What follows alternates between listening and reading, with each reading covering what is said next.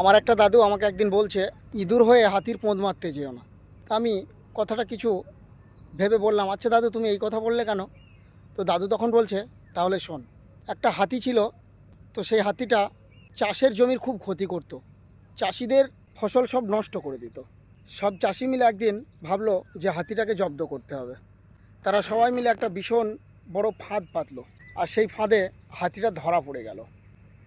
আর হাতিটা যখন সেই ফাঁদে ধরা পড়লো, তখন সেই জমিতেই থাকতো একটা ইঁদুর। হাতি তখন ইঁদুরকে ডেকে বলছে, ভাই ইঁদুর, তুমি যে করেই হোক আমাকে এখান থেকে বার করো। ইঁদুর তখন হাতিকে বলছে যে আমি তোমাকে বার করতে পারি, আমারও একটা শর্ত আছে। তো হাতি তখন বলছে যে তোমার যে কোনো শর্ত হোক না কেন, আমি সব শর্ত মেনে নেব, আগে তুমি আমাকে এখান থেকে বার করো। আর সেই কথা মতো ইঁদুর তার ধারালো দাঁত দিয়ে সব রশিগুলো কেটে দিল এবং হাতিটাকে মুক্ত করে দিল।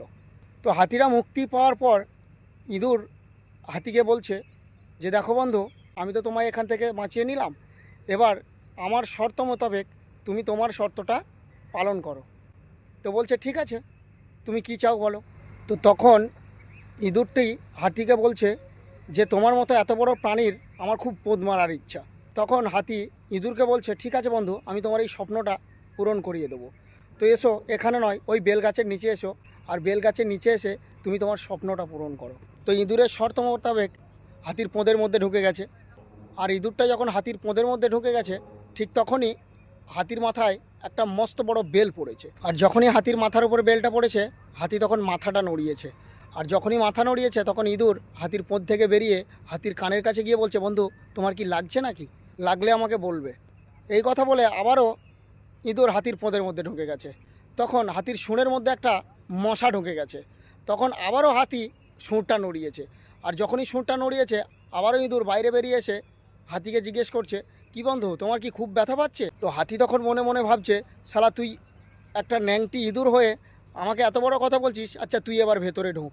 যখনই এরপরে ইঁদুর হাতির পোঁদের মধ্যে ঢুকেছে, আর হাতি তার পোঁদটাকে আটকে নিয়েছে, ইঁদুরটাকে আর বাইরে বেরোতে দিচ্ছে না।